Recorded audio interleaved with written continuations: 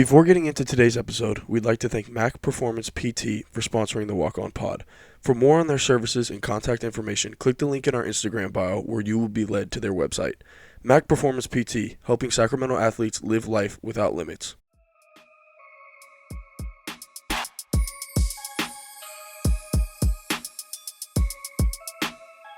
Thank you for tuning back into the Walk On Pod, episode 30 coming your way, where we have another special guest. We have NBA Europe social media manager Pierre Haessig with us. I'd probably mess that up, but appreciate you being here with us, man.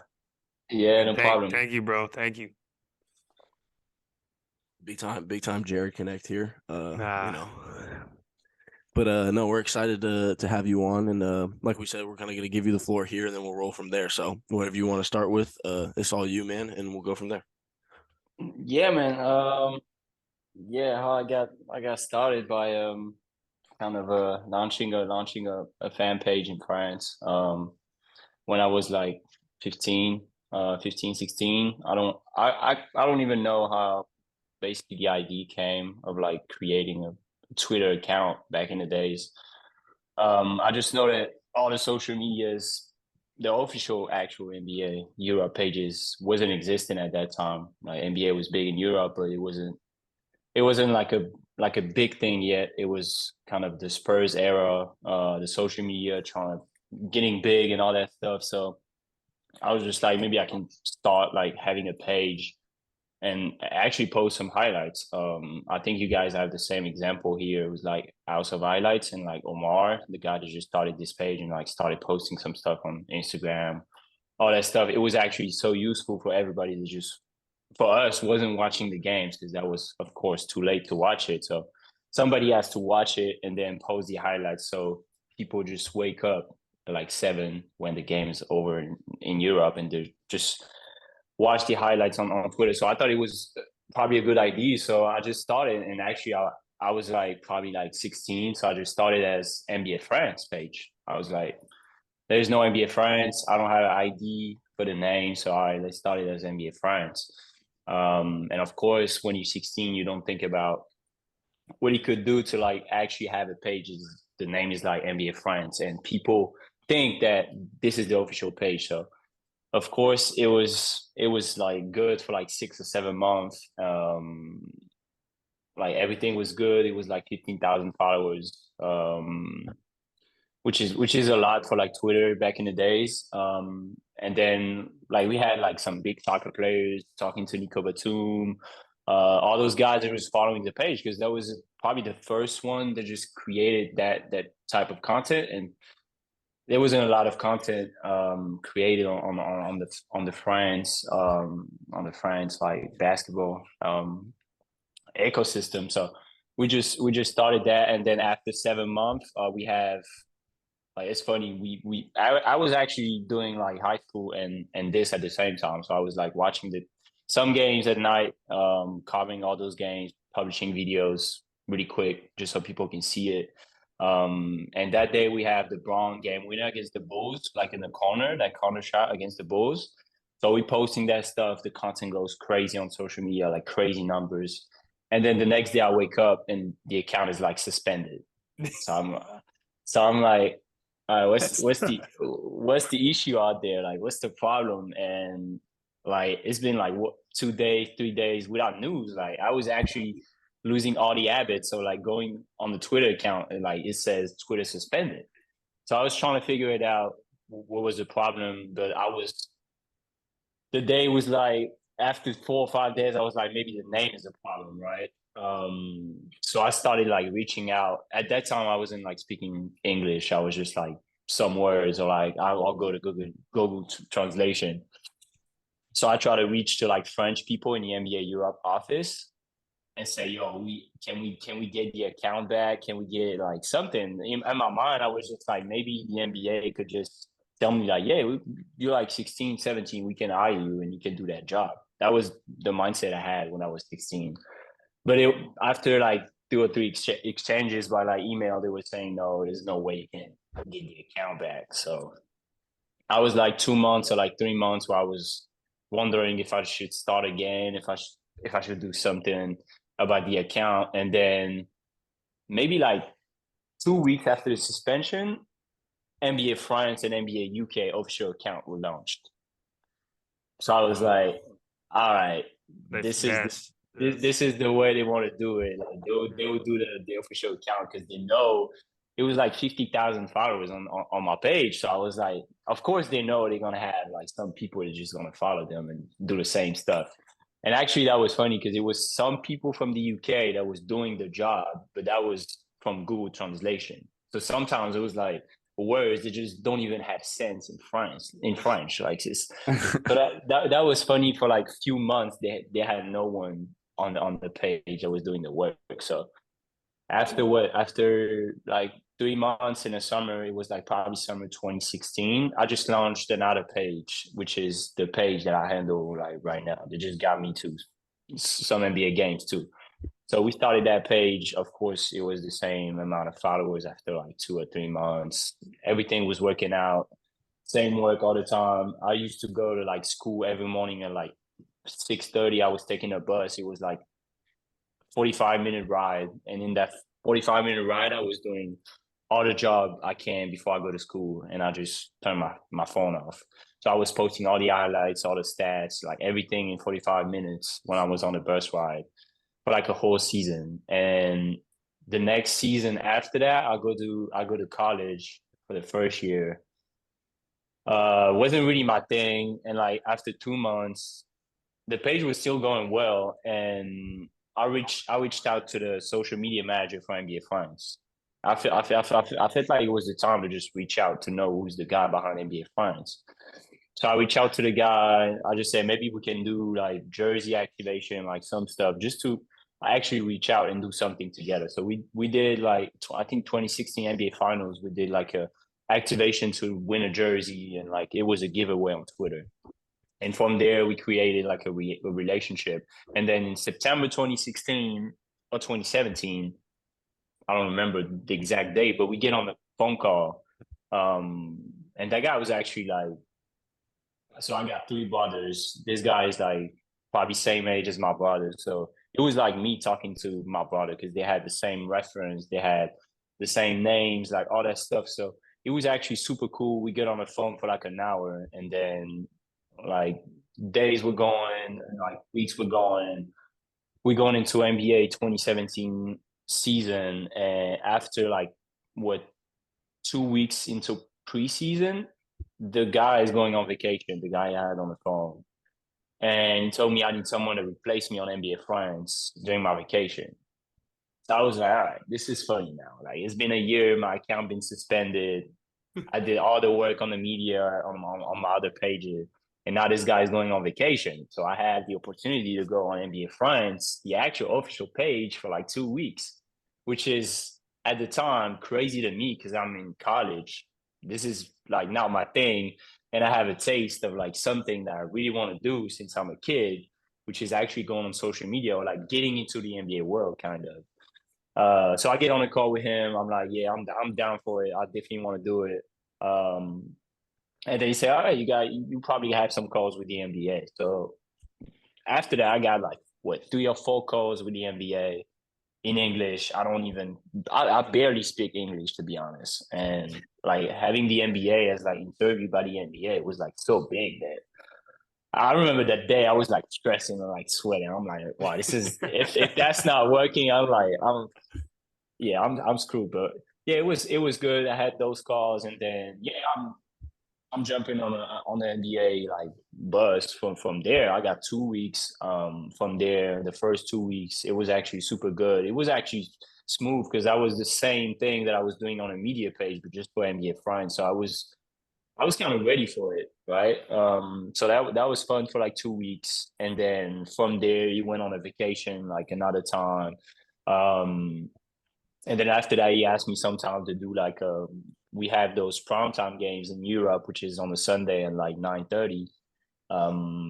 So it's like a proper time for European fans to watch it. So he was like, oh, I'll probably have my Sunday night, so you can probably cover those games on Sunday 9:30. So I'll do those games so like every Sunday, and then I'll do more and more stuff for NBA.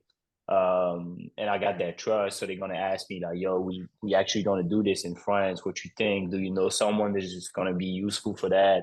So it was like more and more from like 2017 to like 2019. So at that time, I was doing this, so NBA gig, and then I was doing my media page, and I was working at Zara at the same time, the clothing shop. I was like stockist.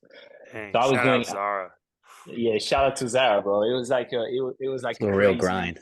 a crazy time. I was doing this. I was like going at like what 6 a.m. in the morning. I was doing like all the deliveries for them, right?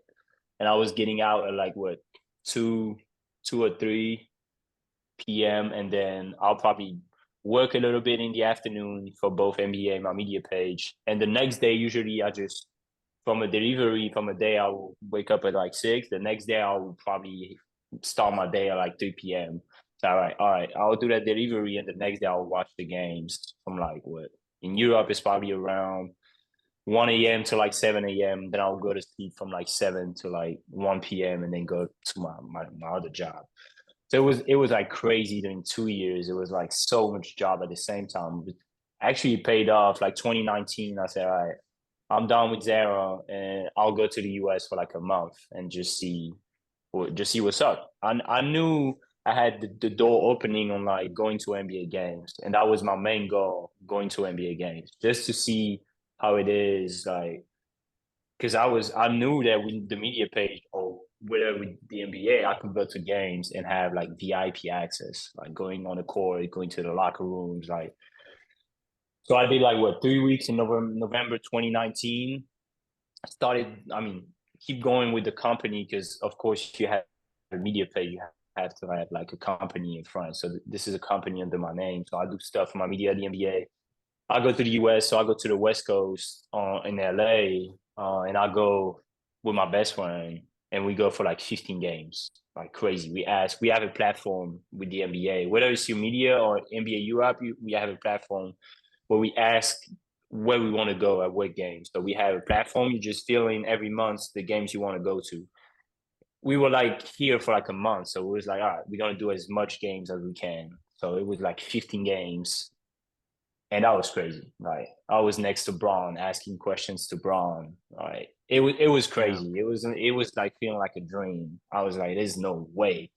And then it was crazy. Now I get back to France, and I'm like, all right, now you don't have a job, so you gotta you gotta grind. Like you quit your job, you just have the media page in the NBA sometimes, which is clearly not enough And you to left live. school, Pierre, you left school by this time, right? Yeah, so Mm. I went to college in like 2015, 2016, and then stopped after like 5 months. And I actually did like crazy stuff. I mean, I could get into it after, but I created a clothing brand when I was like 16. So I was doing all that stuff, grinding also. I was doing a lot of social media stuff my first year of college. That's probably where I dropped out the first year because I was watching all the games around like 1 a.m. to like 7 a.m. And then, of course, the class session was like the first day they told us like you don't have to be in the class like if you don't want to, and like you told me that the first day. I'm like, I'm getting out of high school where it was like crazy. I was going like 7 a.m. to like 6 p.m. Then you get the first year of college, and it's like you have like probably like 50% of classes you don't have to go to, and like 50% of classes you have to go to. And I was like, oh, 50, like, I've been like, it's been 17 years of school where I need to go to school. Like, my mom is behind my ass to like sending me to school. And I'm just getting to college and you tell me I don't have to be in the class. I'm like, all right, bet. Yeah, no way you're going. So I was like, no way I'm going. So I was, yeah, probably like missing 50% of those classes. And then after like 4 months, I did the closing brand, my media page, the NBA was like starting to get big. So I was like, all right, let me watch all those games and grind actually. So that's what I was doing. And then I stopped after like 6 months. And then the year after, so it was like a digital like class, which is it was separated in like digital and like 50% of another stuff, which is like study actually the language. So study French language. and then digital. It was like a weird digital. Yeah. So you're like, I'm out of Like, here, and then all this stuff happened, and then you got up, and like when you got back from the States, and then you were just like ready to go with all the NBA stuff. yeah, I was just ready to just like do my like company stuff and move on to the next level. So I just work with like 1, 2 clients out there, like athlete, and one client that just reached out. And then we get to like March 2020, I have like a meeting with the French league, and they just want to hire me as a freelancer to just do basically the stuff that I was doing with the NBA. So it's like going to games, covering those games in France, doing some social media coverage, doing all that stuff. And they were talking about like actually good money. I was like, all right, this is actually my first like big salary that I'm gonna get. I'm gonna try to create my company and all that stuff. And like 10 days in, lockdown in France. So Oh, it's like the contract, it was like, no, it's no games between like the time they were saying it was a lockdown. I don't know when you guys it was in the US, but like March 2020 for us. yeah, March 2020, like mid-March for us, like all right, Yeah. everything is stopped, like no games, nothing. So I pretty much lost all my clients for that time. No NBA. Another client that I was working with was in relation with the NBA, so nothing, an athlete, no games anymore. So no clients, and actually I lived for like 2 months in a small ass crib with actually what I've earned in like the 3 months before. So it was like I had 2 months of lockdown, and then after that it was like what's gonna happen. It was I mean we were probably pretty much all in the same mindset was gonna happen. Yeah, totally. And then pretty much the bubble saved me for the NBA because I was working, it was like 2 months, games every day, and I was working for them covering those games because everyone was at home. So they Yeah, were like, all everybody right, wanted to watch. Everybody needed the content. yeah. So it was Yeah. like, we need the content, we need to do some stuff. So I started working What in what the bubble, summer 2020. what do you think the biggest difference is between the social media culture in America compared to like Europe now that you've been here for a minute? Like what do you think the biggest difference is? Overall, or just for the NBA? I mean, guess overall, because like you've done other stuff besides like just NBA stuff, but like just as a general question, like I think culturally, I think he has to be like different stuff that just goes into in the mix because I think the social media culture is just the same thing in France. mm, It's just not um it's just not the same mindset when it comes to same example that I took House of Highlights. Omar sold the page for like millions of dollars. And when I had the same page impact in France, the NBA suspended it. They didn't ask for like buy the page, or like they didn't ask for yeah, it's a different mindset. It's so many stuff that just goes in the mix, and the companies you work with and athletes and all that stuff.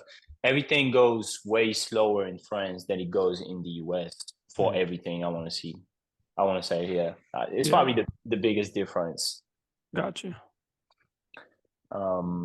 But yeah, bubble, and then after that, French league started again, and then sports was starting to like be there again. So 2020 and 2021 was the time I was just grinding, to be honest. I was grinding, I was home working. It was in France, we had like lockdown, like we had 3 lockdowns in France. So March 2020, and then we had Mm, winter 2020, and then we had, I think, March 2021.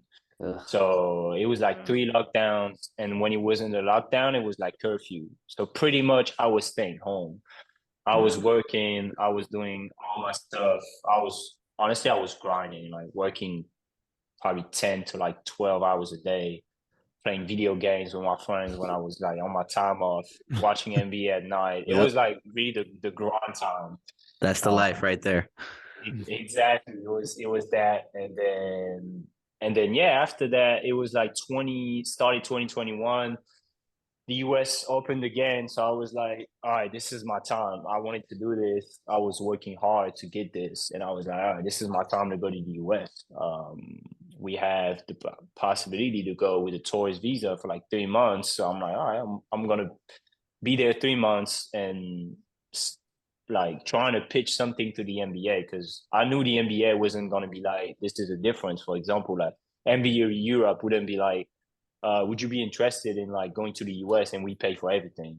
They wouldn't be telling me this. So I was like, maybe I can try to pitch something to them, like make a plan, and told them, all right, I'm gonna move to the US for like 3 months. I'm gonna be there. So if you guys want to create some content on the ground, I'll be there. So we can start talking about it and maybe do some stuff. We have so many European players in the league, and I feel like we can create a relationship with them, like make them know we're around them. We create content on them every game night. So I went to I actually bought my flight in like September 2021, and then pretty much I knew I was going out of the country for the first time by myself in New York for like 3 months.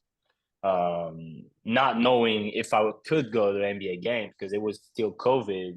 You have to have like 3-dose vaccine to go to NBA games. Other than that, it's like Zoom call or like pretty much not in person stuff.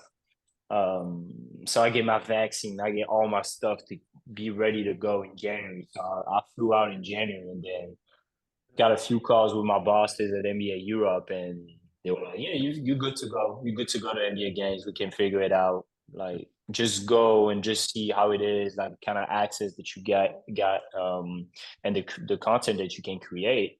So I did probably like between January and March last year. I've probably been to 25, 30 games. So I bought a camera like a year ago, before like probably like summer 2021. I bought a camera, started using it, starting to make like photos, videos, and working remotely, because like between all that time we kept talking about the NBA, but I work also with the FIBA now. So I got a gig with like French League, FIBA, and then NBA, which is, I mean, FIBA is like the second big thing after the NBA, right? Right. Totally.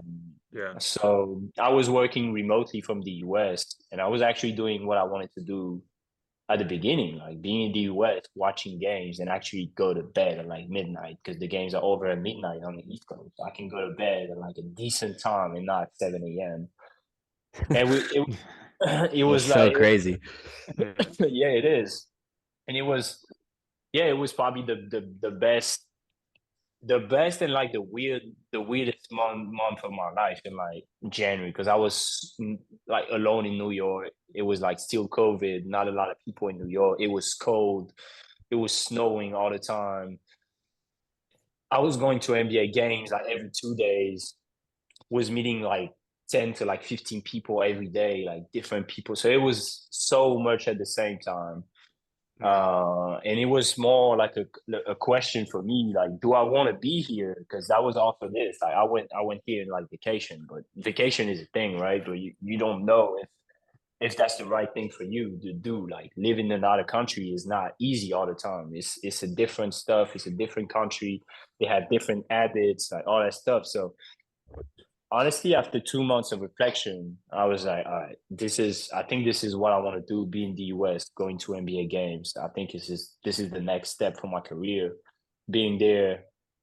And then I asked NBA Europe, like after those 3 months, I asked them, you guys are okay to just help me get a visa for the US, like a journalist visa, where I could go to like NBA games and cover some stuff for you guys. And I was actually asking for a season. That's usually what they do. It's like they give you like a visa for a season, and then after that, you kind of renew that visa. So they make a cover letter. I go back to France. I made all the stuff for the visa. And then I got an interview at the US Embassy in France. I go there, and it's like crazy. It's a crazy day. Like, I go there, I go with my backpack and stuff. Like, I was so excited. I go with my backpack. It's like 8:30 out there. I go. They said no backpack in U.S. Embassy. I'm like, okay, what am I supposed to do? I'm like in front of the U.S. Embassy. I live like, basically, I do not live in Paris at that time. I'm like 2 hours from Paris. I got my backpack. What do you want me to drop my backpack? So they told me you can drop it at the bar, like 10 minutes from here, but make sure you get back here at 8:30. Wow. Say, wow. Okay. So I moved to the restaurant. I just dropped my backpack, go back to the embassy. And like you go to the embassy, it's like US embassy in Paris. So no phone, nothing. It's like you go pretty much you and then nothing on you except your documents. And then I see a lot of people like some of them you got to make a photo for your visa. So you go make your photo. The photo got to be like 3 months old, not more than that. And like a guy has a photo from like 4 months old, and they told them like, no, you cannot get a visa if your photo is not 3 months old. Like I could see it was like they were crazy on process, like crazy. So I was like, all right. Then I'll move a little bit. You got a first interview, you got to give like your documents and stuff, and then second interview. So you have basically a line of people asking the same visa as you, because it's like you have like timings where people are gonna ask for the same visa, and it's like from a day to another, it's like a different visa and etc. etc. So the people that are here, they're pretty much all journalists. And then I see a lot of people, like 2, 3 people making the second interview, and it's like an open space. You can actually hear what they're talking about when you're talking about with the agent. And I saw some dudes before me like, no, you cannot get a visa for that. And I didn't know at that time if I could get a visa. So it was pretty much if they say no for the visa, I'm screwed. I cannot get to the US. So I was like, all right. So I go, they ask questions in English. So kind of stressing a little bit, but I go, and she asked me a question like, how much, like, what do you do for the NBA? So I just do social media. And she asked me like, how much time you've been working for the NBA? And at that time it was like 2022. So it's been 5 years that I'm working for the NBA. It was like 2 simple questions. And she said, you're good to go. I said, all right. All that stress. for nothing. Like I said, you're good to go. And she kept my passport. So I was like, all right. And I was like, maybe I had another interview or something. She's like, no, you're good to go. And she gave me a paper, and you have to like go take your passport somewhere else like the next week. Okay, I go back to where I live and stuff, and I wait for like an email or some stuff just that says you can get your passport at that place in like a week. So I get the email, I go back to Paris, get my passport, and I open my passport, I see the visa, and it says like expiration date in like 5 years. So I was like, wow, this is crazy. Like I went there, I thought it was gonna be a year, and they gave me like a visa for 5 years. So the whole perception, like stress of like figuring out all that stuff between COVID and all that stuff, like it's a relief. Like when you get out and you get your visa, I'm like, all right, this is really the move I'm gonna make is like I'm gonna go to the US and like pretty much gonna set my life out there, right?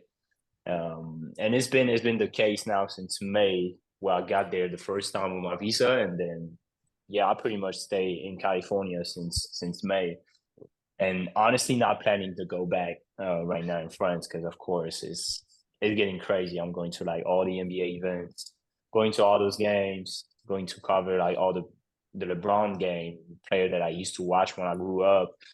Like everything is crazy. Everything is like a dream coming true. It's like I don't take anything for granted when I go to an NBA game. I feel like you're at the NBA game. It's crazy, and you're not here as a fan.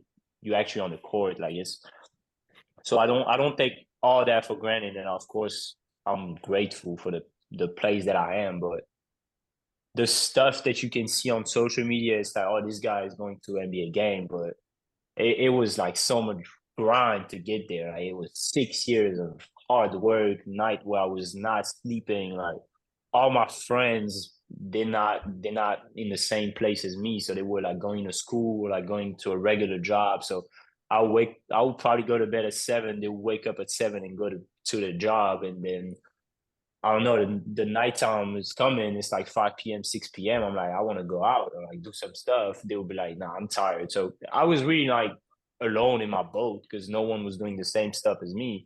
So it was like grinding to get there. And actually, when you get there, you also understand the process, because of course, the first year I wanted to go to the US, but there is a process for that. Of course, you cannot do that stuff like so easy. You got to go through a certain like process to get there. So Real walk-on grind right there.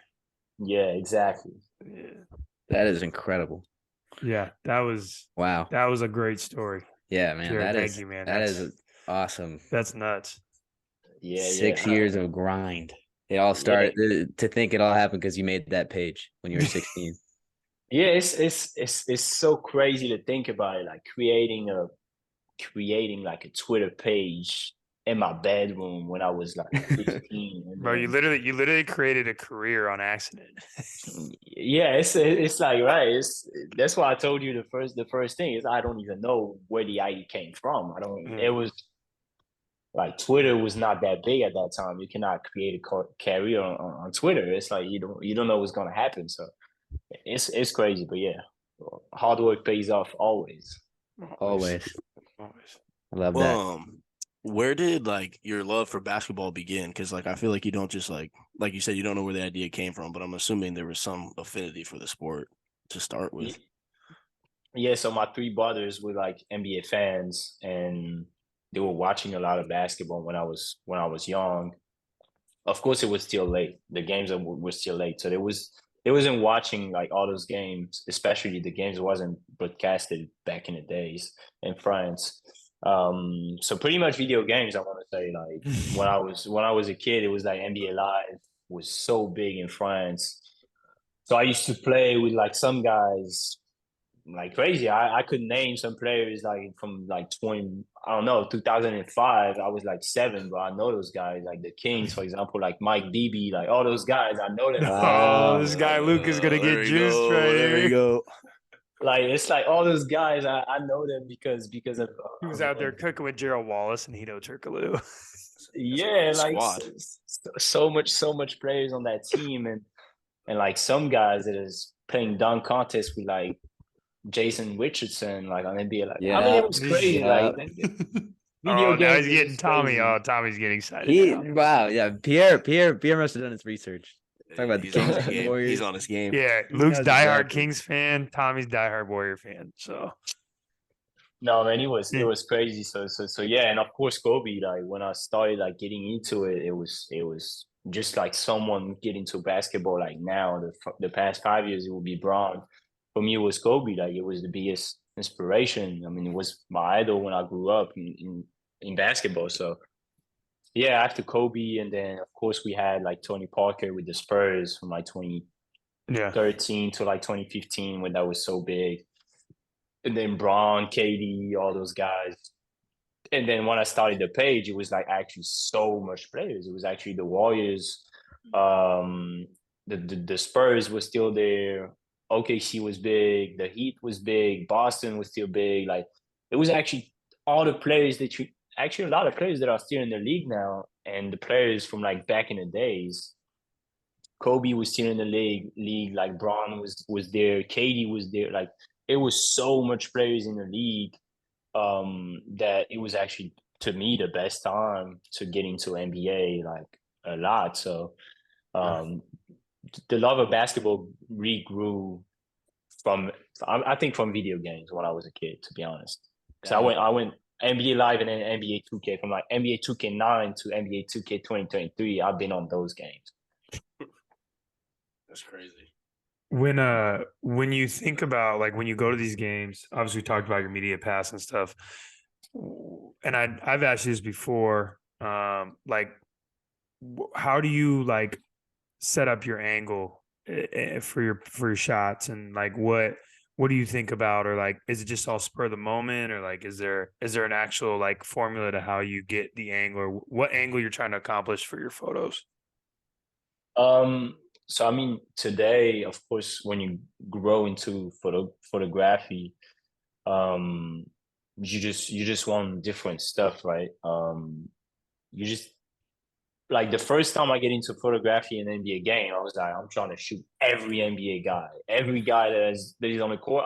I'll get pictures of them because you want to get everything. You want to get a lot of them. You want to get a lot of photos and all that stuff. And then growing into photography, you just of course, the big guys, I want to have some pictures of them. Like Braun is a guy that just I could have like 1,000 pictures of Braun every angle I could be fine because this is a player I grew up watching. So for those guys, it just don't matter. I just click on a button, get as much pictures that I want. But of course, you got basically, I want to say 5 moments in an NBA game when you actually do photography. You have like pre-game routine, which is actually interesting to just watch how the players like actually warm it up into the game. So every player is different. So I cannot say for a player is going to be different from another. Like Batum is a pretty simple routine, so I know what he's going to do. For like Braun is pretty much maybe he's going to show up, maybe he's not going to show up on the court for like pregame routine. So it's pregame routine is pretty much the same thing. It's a routine, so you can actually predict pretty well that stuff. And after that, you got 2 moments when it's actually big for a photographer. I think you got national anthem and you got like when the players are like introduced, which is the best moments for a photographer because it's a lot of lights. Every player has different emotions during the national anthem. Um, so it's the moment when you can actually see and take pictures of what you see because I think it's always going to be about emotions to me. Like I love when a player is watching the camera and then I get a shot where the guy's actually watching my camera. I love when a player is like emotional. I love when a player is like having a role after a big play, like all that stuff. So I'm probably gonna watch emotions, and then you got when they get introduced, like you got those lights, you got those fires cracking. Um, so it's actually the time where I could probably get like 400 pictures in that 10 minutes span. And then you get to the game, it's pretty much unpredictable, right? It's going to be a lot of things. You got to be ready. Depends on where you are. You're always going to have the same angle. There's no photographer in the NBA to just float around all the time. It's not possible. You have to stay on one angle and just get your stuff. So it's pretty much going to be the same thing during the game. And then you got the last one is like post game, which you're actually gonna have players that just dab each other. They just have some words between each other. They just I don't know. It's a moment where everything can happen pretty much. You got to be quick though. But this is usually I go through that process pretty much when it's an NBA game. But it's pretty much the same stuff. I could know what the schedule is when I go to the NBA game because it's pretty much the same thing all the time. Man, that's all super dope, Pierre. We for all of us that especially using social media and stuff, like it's cool to hear it from the other side, right? Because we only see the finished product. So it's like it's nice for us to hear that. But you had some pretty dope experiences in the last couple of weeks. Obviously there was a big time NBA game in Paris. You got flown out by the NBA to do that game, and then while you were there, obviously this is probably a cool time for you being French, and obviously we're all pretty much set that the number one pick in the draft this year is going to be a French-born player, Wembanyama. And so, like, you got to shoot a couple of his games while you're out there too. You want to tell us a little bit about those experiences? For sure.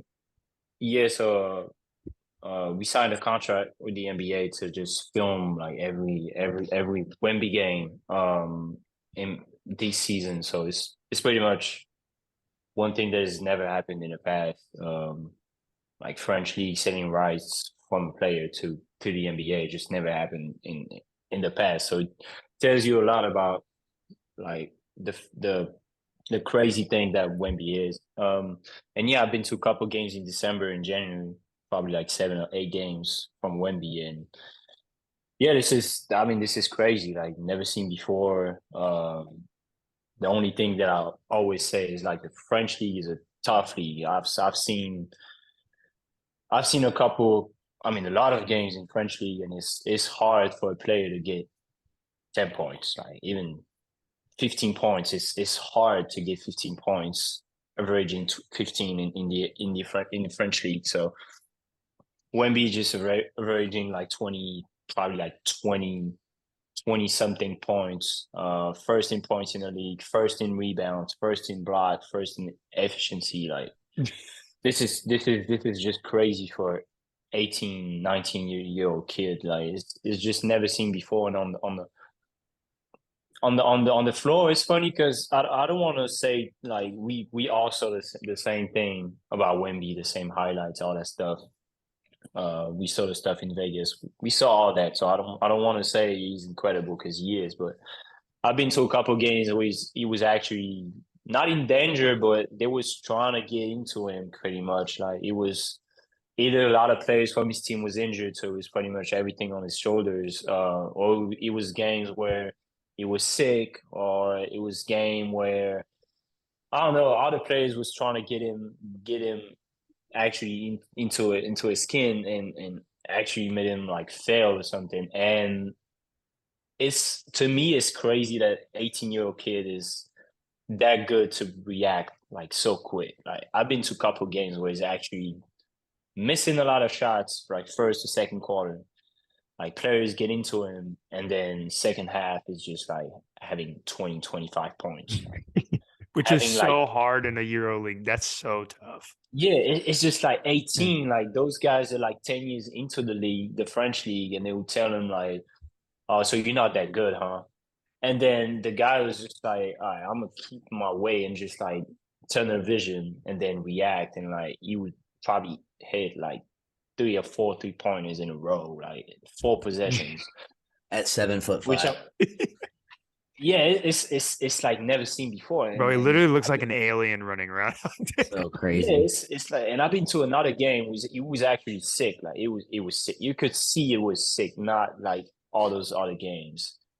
And I think that game I had like 20 and 11, which is again, it's like crazy. You don't see any big like getting 20 and 11 in the French league every weekend, and he's actually doing that every weekend, which is to me is just crazy. And the way he reacts to all the pressure and all that stuff, and to me, it's something I've never seen before. That's why I don't think he is gonna fail at the NBA.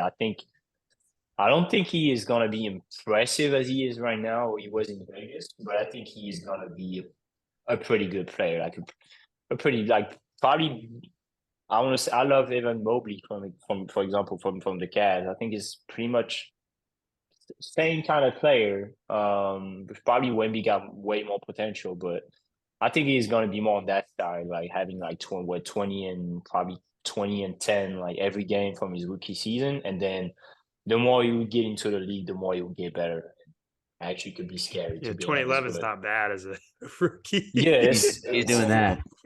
Yeah, it's like Right, I just think there's a wall between I don't depends on where he goes to, but I think there's a wall still in between the French league and getting to the NBA. I think it's still hard for him to get to the NBA and get points. Like it could be, but as hard as they play in France, I'm like they don't play that hard in the NBA. So and the spacing's he's a lot probably different. And yeah. So I think he's gonna have fun in the NBA, to be honest. But yeah, the way he reacts is just crazy. I mean, the guy being in Vegas, everybody was on him, like every camera, like, they were waiting for him, like to everybody was mess waiting up. for him. Yeah, they were He waiting for had him to like mess up. he had like what 38 and 36, like Yeah. this is just crazy. He's just ready for that. That's So yeah, that was so crazy. impressive.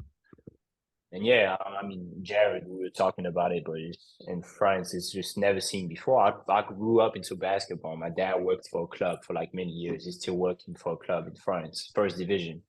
I've been to a lot of games, and there is not one season when a player is coming. I mean, the only comparison that you can have is when the lockout happened in 2010. Like Batum was going back to France, Tony Parker was going back to France. So, of course, everybody wanted to see them play.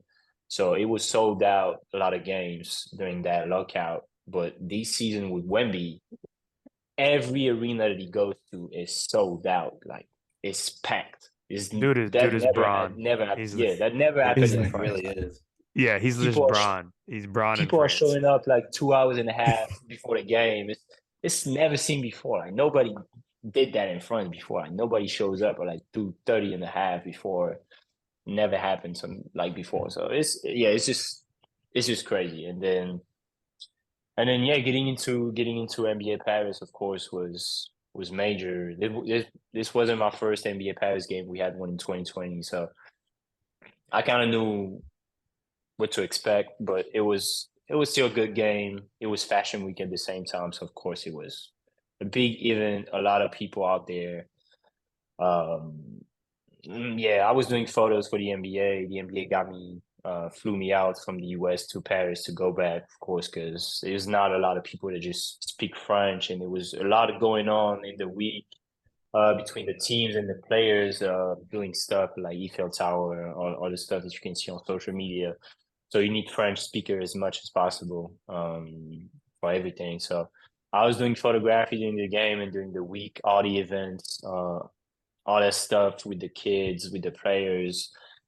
It was fun. It was a fun experience. It was draining week, but it was super good. The game was a show, and then of course always grateful to cover an NBA game in France. It's once in a lifetime. I want to say once in a year, and then you don't get to see much NBA Paris game in a year. So it's still a lot. I mean, a big thing. Nice. Well, yeah, speaking of big, you just got back, Monday? You went out to Salt Lake for your first NBA All-Star game. Yeah, first NBA All-Star game. How was that? Yeah, Saturday morning, of course. I landed Saturday morning, couldn't be there for the Rising Stars, but was there for the contest, the practice, media day. And the game, of course, Sunday. So yeah, it was definitely fun. I mean, it's the best place if you want to make relationship, to be honest. It's a lot of people to meet. Everybody is there. It was great for that. Me, I just told myself, like, when I go to the US, I gotta meet a lot of people. It's a lot of people here. I gotta meet a lot of people, make connections, because it's for sure what's gonna get me to the next level. Having some great connections out there. So it was cool for that. Met a lot of people. Saw a lot of people that I've seen in the season this year, like photographers, videographers, assistant coaches. Like, I mean, a lot of people that I know. So it's cool to see everybody, and then of course covering like some crazy games and contests that happened this week in Salt Lake was a blessing, to be honest. And first All-Star game was actually Yeah, you got to see meet behind the crazy camera. pure dunk contest on that. Yeah, it was a crazy dunk contest. That was nice. It was really cool because everyone was actually not missing their first dunk, so it was actually going quick, and they was going like back to back on those dunks. So it was super fun. Like, it was super fun. A lot of people close to the action. And yeah, it's still All-Star game. So I was saying I was grateful to go to the NBA game, but it's the All-Star game. Like, some people don't see an All-Star game in their whole life. So I've never been. I get to see all those players at the same time on the court, and it's All-Star game is still the thing that we, for example, in France, that we watch. Like, we know it's like a weekend, so we can watch the game, and all those stars. Like, we know it's a big event. So yeah, I was super grateful and super happy to be in town for the All-Star game. It was super fun. Yeah, well, half the players now are European, anyways.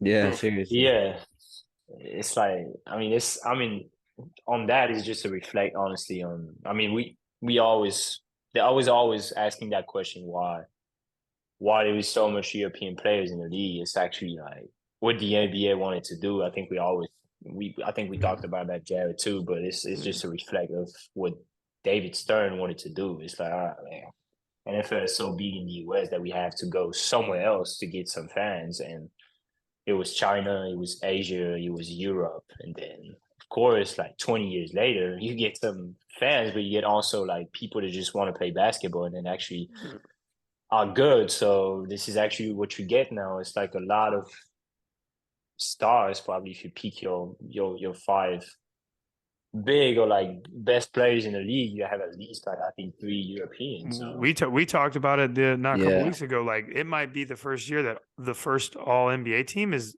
no one all from Euros. America. Yeah. Yeah, I think it was the the case best last players in year. the league are from Europe right now. Yeah, honestly. yeah. There's like, I mean, if you look at it right now, like for guys that are healthy and stuff, it's Luka, Joel, Jokic, Giannis, and then you can pick a fifth. Sabonis Man, for sure. Motherfucker, chill out. Last year they were picking Embiid, so Yeah, technically Embiid is French. So gonna yeah. say Embiid French. Embiid is, I think Embiid is from Cameroon, so Africa originally, but I think was, I think he was saying he was French like last year. That'll be I think fun to so. see in the Olympics if he gets the French nationality and can play for him. He's actually French at that time, the time we're speaking, but he was actually maybe talking about U.S. citizenship. So I don't know what he's gonna do, but he Yeah, was that's talking crazy. about those two. But yeah, Victor, Rudy, and Embiid in the same team would be crazy, Yeah. bro. Yeah. You cannot go in the paint. Yeah. That's kind of crazy, actually. Do you have any like favorite player interaction stories that you've had over the years? Not so much, but of course, going to NBA games, I got some cool interactions with some players. It's nothing big, but yeah, some cool interactions like going to the toilet and like having a pee next to D Rose, like meeting like Magic Johnson in the tunnel, like having some funny stuff like this is sometimes just like, yeah. Yeah, so you're never gonna forget that stuff though. That's like the cool stuff that you don't think about. Yeah, it's like I don't even like. I mean, I've been to like so much NBA games that I probably got some cool interactions, but interactions that I remember, like, nah, not that much. Like, for example, like Pau Gasol in the All-Star game asked me like, "How you doing? It's been a long time. I didn't see you. I never seen Paul Gasol. That was the first time I was seeing him, but it was so funny, like him like saying that. Like it was probably like wanted to be kind, and he saw probably so many people when he was in the NBA that he just wanted to be kind. But it's just like small stuff that just happens when you're at the games. Um, but yeah, I mean, from this season when I was going to the Clippers game, yeah, some players are just like Reggie Jackson, for example. He was saying hi to like everybody, like every photographers in the tunnel would say hi, how you doing, like every game, like Reggie Jackson would be that guy, like saying hello to everybody, every staff That's dope. people that was working in the tunnel. Like some stuff like this, but it's just stuff that you appreciate like every game. Like it happens, and it's not a big stories, but it's small facts that is funny. Definitely. Is it okay? Go for it. I was gonna ask, just like obviously before Wemby's been blown up like he was, like who was the real face of French basketball? Like I know you got Tony and Nick Batum. Like, was there anyone else that was super big when you were growing up that everybody loved, or was it just kind of those two? No, it was honestly those two. Like TP was so big in France. It was the big thing because of course, he was getting like championships. He was playing in the, like every pretty much Finals like MVP. my brothers is Married to Eva all Longoria. Yes, exactly. He was living the life. Like everybody is like between 20, 28 and like 36, 37 in France. They all Spurs fan. Like they all grew up like being Spurs fan, having TP as a favorite player. But yeah, I mean, we had some guys like Ronny Turiaf was a champion with Kobe. So it was kind of big too. We had some guys here and there, but of course TP was the biggest, and then Batum next to him was the biggest thing too. Evan Fournier has been pretty good too. He's from Yeah, France, right? Evan Fournier is from France. It's been pretty good, especially in European basketball. FIBA basketball, he is so tough. But I'm pretty sure that's what got him that last contract with the Knicks. Yeah, he was hooping for France. Yeah, I mean, yeah, he just got, that was like he signed that deal right after the Olympics. Yeah. no, pretty much he had a great FIBA competition, and of course after that it was big, and then we got a lot of prospect last few years, but nobody seemed to be like the next thing. Or I mean, it's pretty impressive that Nico Batum, like TP, Rudy Gobert, Evan Fournier, they all like pretty much season 7 or 8, which is Yeah, even pretty some more. impressive. Like, yeah, when you see Batum is like way more than that, but Yeah.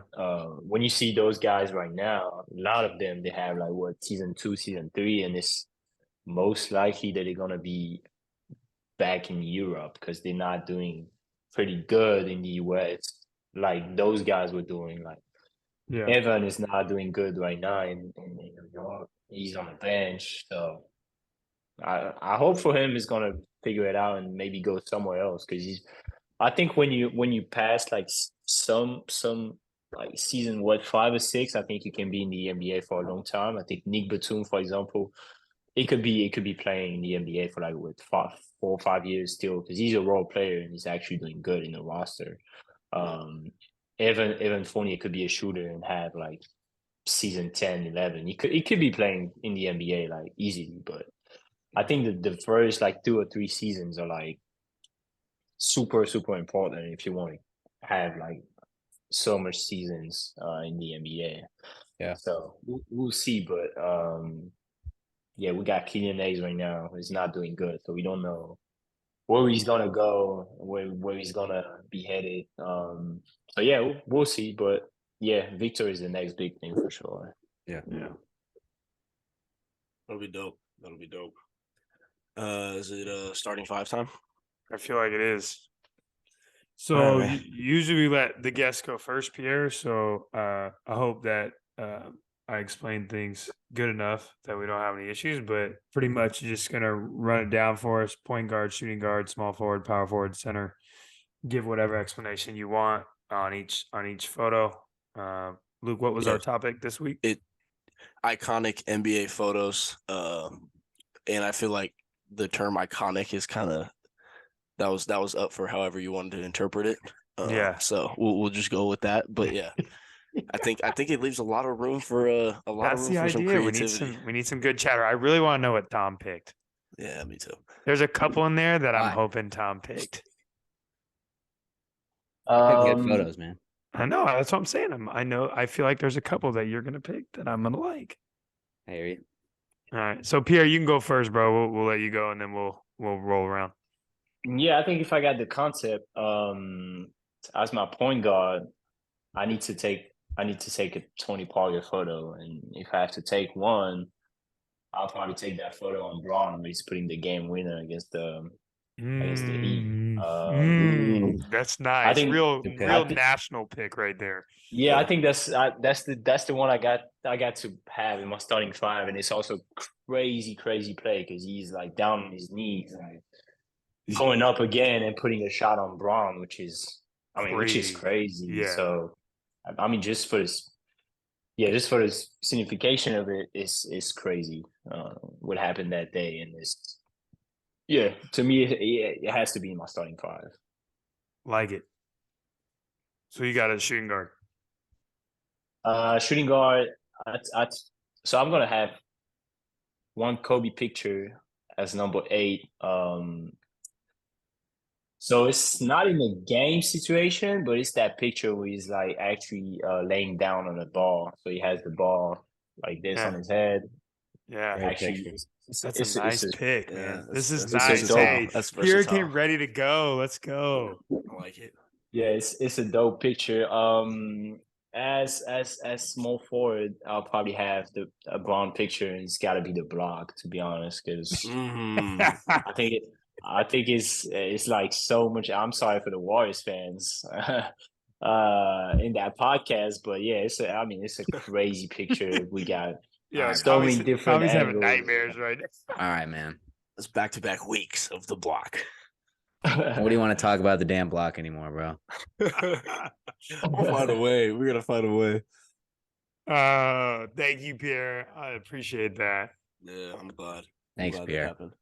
All right, at power forward, what you got? So I think I would take another Kobe picture. I need to go with that 2010 championship where he's actually on the press table, Damn it. ball in his That's a good hand. pick. Yeah, Right. the Damn it, Mamba Pierre. pick. This one gotta Mamba be pick. in the starting five. Vindication. Like it's iconic. It's an iconic moment. And I think as the last picture, I need to take one of my pictures. Like one of my pictures gotta be Yeah. gotta be in Yeah. there. Oh yeah. So All right, so I'll it's probably take center.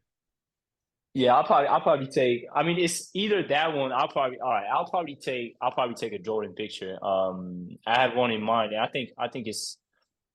I don't know whether it's gonna be one of those photos is gonna be the six man. Like probably my picture, or the one I'm gonna talk about. But I think you saw those shots or those angles when it's actually gonna have like cameras from the top of the arena, and you have a shot of a player, which is I mean, actually, the picture I'm thinking about is like Jordan on the Knicks logo, and the picture is taken from like the top of the arena. So you see basically the top of the jersey of Jordan, the top of his head, and you see the logo. And I think those angles are like we don't see it that often, but we got to think there's this camera on the top, on the roof of the arena. They're just taking pictures from actually the floor, and those angles are just dope. When your That's photographer love. is just dope, like you see shadows, you see so much stuff that you're not used to see. So I'll probably take that one as my five or as my six man, and then I would take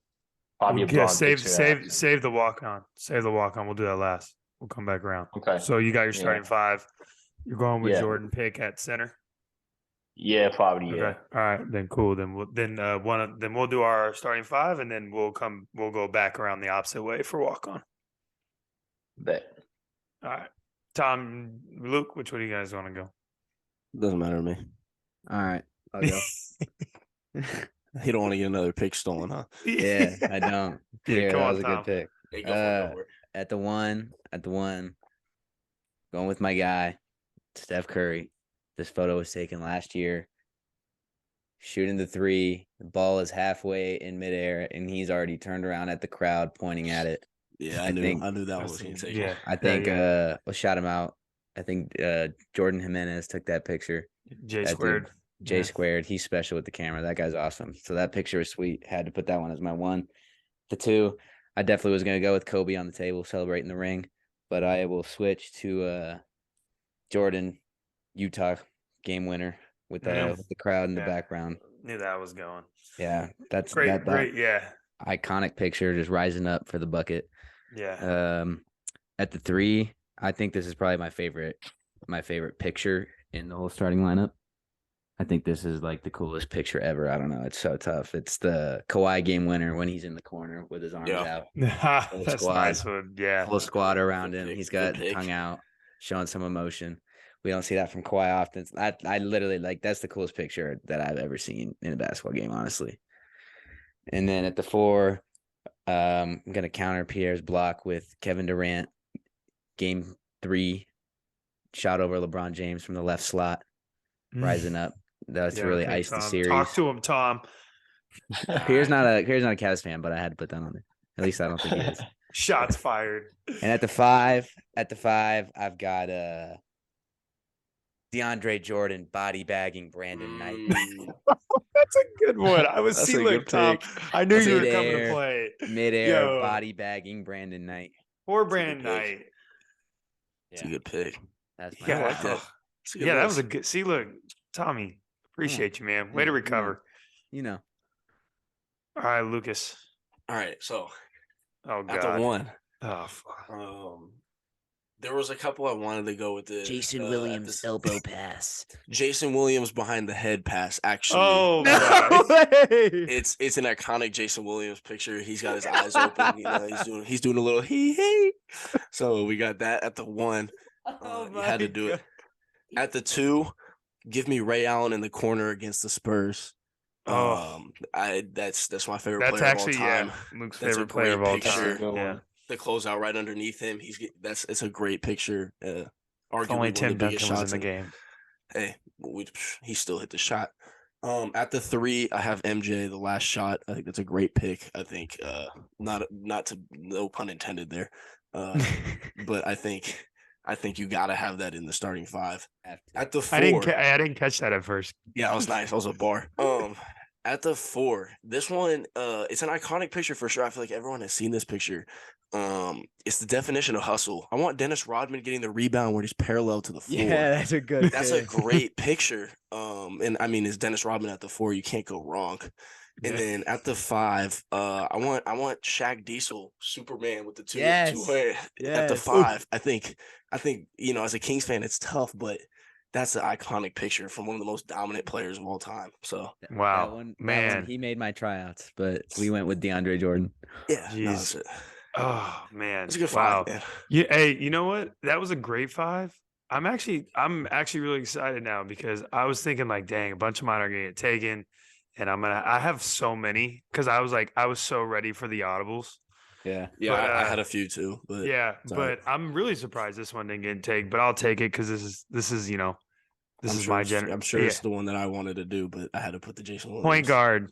Yeah, just the coldest of the coldest. Yeah, the most iconic.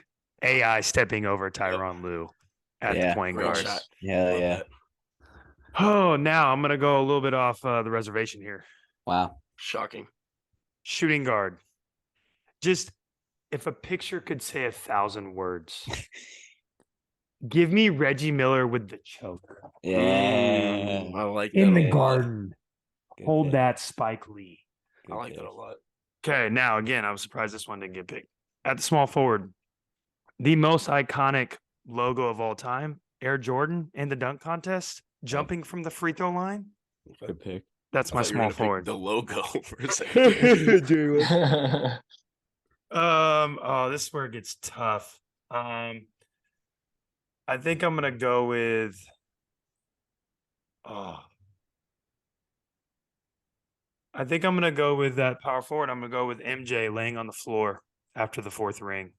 Yeah. The comeback, his dad had passed. Yeah. And like if everybody's watched Last Dance, the amount of emotion in that picture, you can just see it in the way that this dude is just like emotionally spent from winning that ring and coming back and all that came into that. And then at the center, sorry, Pierre, but I'm going with Vince Carter jumping over the 7-footer in the Olympics. That's a good. It had to be this one, yeah, bro. yeah, over, bro. That was I like that. crazy as done. So that's my starting 5. Walk-on pick. This one is, I don't know why this one, maybe it's just Tommy can probably attest to this, but it was a different time in the NBA, but it was a time where a lot more was let go and it wasn't as soft. And the league's a lot different now, but give me the pick with Julius Dr. J. Irving choking Larry Bird and Larry Bird trying to punch Dr. J in a playoff game. Literal playoff game. I don't think anybody got suspended. It's awesome. All right. For my walk-on pick, I went the international route as well. FIBA World Championship. Give me the Team USA shot of them hitting the shmoney dance after they won the gold medal. That's great. Iconic. That's great. My walk-on pick. I don't even know. You guys might not even know this. This was, I think, I want to say 2019 playoffs. And I just remember seeing this picture. I think it was on Twitter, and I was like, this is the same around when the Kawhi picture was. This is also one of the coolest photos I've ever seen. And I'm going to show you guys it on the screen here.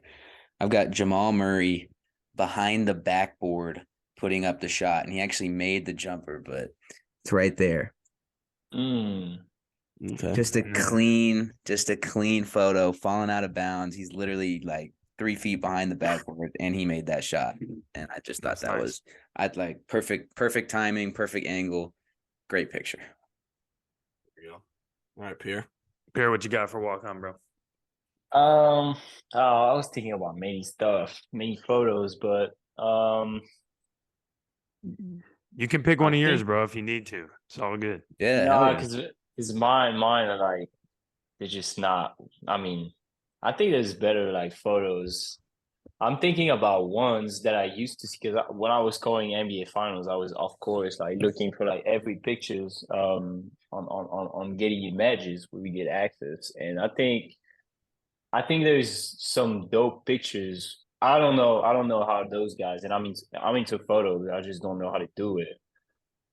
It's like photos. You probably so those, but so it's those pictures where it's actually the whole crowd is like into shadows, so you cannot see the crowd. You just only see the court, and then you see the players playing. And those pictures come in the NBA Finals most of the time, not in the Oh, I know what regular. you're talking about. Those are Yeah. sweet. Yeah, those are dope. Yes. Yeah. So you just like it's a crazy. It's a crazy, I don't know, angle, like perception of the photo, but you can actually just see the players on the court. It's looking like a commercial. Or, it's crazy. The photos are just crazy. And I don't think it's getting as much attention that it should have, to be honest. But That there's is a some great Yeah. pick.